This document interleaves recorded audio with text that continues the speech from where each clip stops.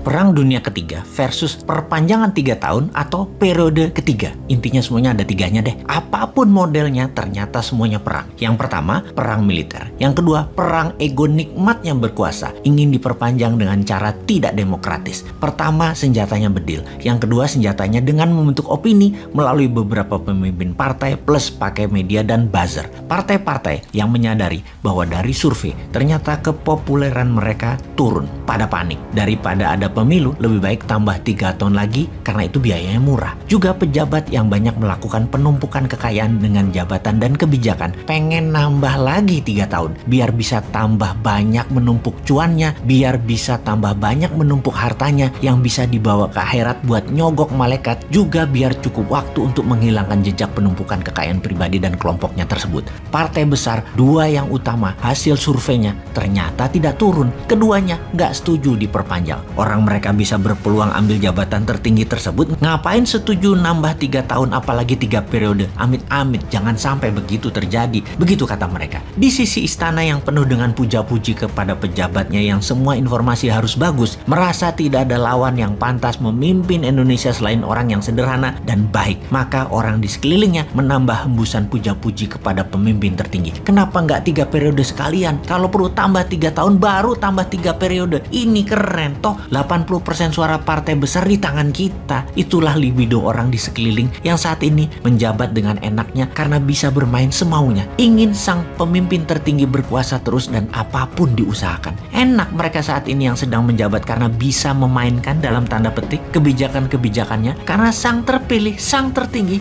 tidak terlalu detail memahami konteks proyek-proyek dan permainan anggaran anak buahnya. Tapi eits, ntar dulu. 2 partai terbesar teratas suaranya yang kalau di total suaranya mencapai kurang lebih 33%. Nggak mau lah. Jadi suara perpanjangan jabatan 3 periode tidak akan memenuhi quorum, tidak akan sampai 2/3. Maka rencana perpanjangan 3 tahun atau tambahan 3 periode kemungkinan tidak terjadi. Tidak terjadi. Sulit dan tidak mungkin. Walau libido penguasa saat ini pada mau, tapi mimpi tambahan 3 tahun itu hanya mimpi basah anak remaja. Jadi bagaimana solusinya? Mungkin lebih baik konsolidasi. Bagaimana nanti di tahun 2024 calon yang jadi dalam tanda petik sekali lagi adalah orang dari kelompok besar yang 80% ini yang mereka saat ini sedang otak-atik gatuk dan berbagi-bagi di antara mereka untuk 5 tahun ke depan sampai 2029. Prabowo Puan, Ganjar Sandi, Anies RK, Ridwan Kamil, semua satu perahu sekarang. Saya ulangi lagi, semua satu perahu besar mereka saat ini. Percaya deh, wong bodoh ngaku pinter ini walaupun dewa mabok jurusnya. Kalau yang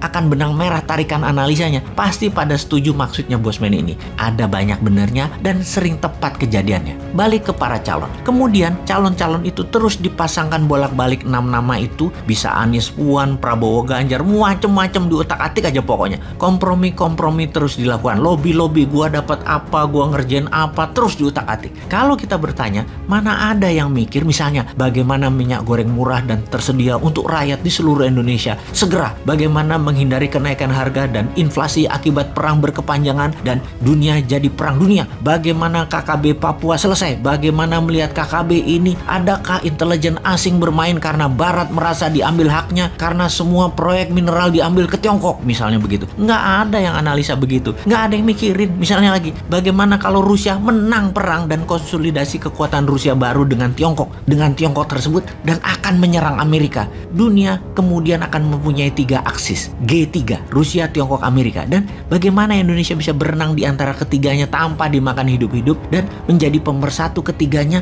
dan menjadi negara lebih besar dari ketiganya. Nggak ada yang mikir gituan, nyampe juga kagak. Mana ada yang mikir sekali lagi. Dan siapa yang mikir seperti itu? Ya hanya Newman yang mikirin langkah-langkah tersebut walau terlihat halu namun arahnya jelas. Kembali ke politik 2024. Apa yang terjadi kalau hanya ada satu pasang calon presiden dan wakil presiden karena sudah terjadi kompromi dan konsolidasi sehingga calon seberang siapapun mereka gak akan dapat perahu. Lawannya kertas kosong. Yang terjadi adalah Indonesia tidak akan berubah, tetap akan gini-gini aja. Pemerintahnya akan semakin represif menekan, makin otoriter dan makin tidak tumbuh ekonominya karena terlalu sentralisasi dan kelompokisasi. Gila, susah banget ngomongnya. Rakyat tetap bebas memilih namun propaganda pembenarannya masif diarahkan ke kelompok besar. Fakta yang lain yang kecil-kecil dihilangkan. Ujungnya tidak akan ada peluang kemajuan yang akan terjadi.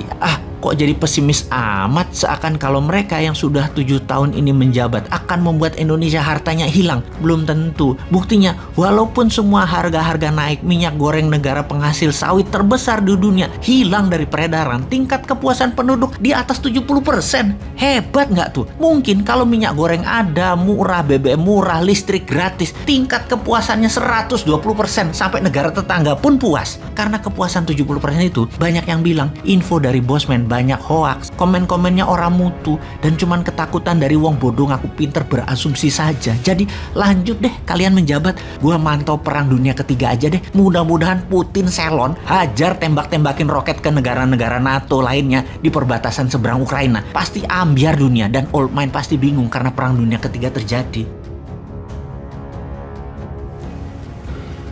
Ada yang ngomong presiden dipilih 3 periode, itu ada 3 menurut saya. 1, ingin menampar muka saya, ya. Yang kedua, ingin cari muka, padahal saya sudah punya muka.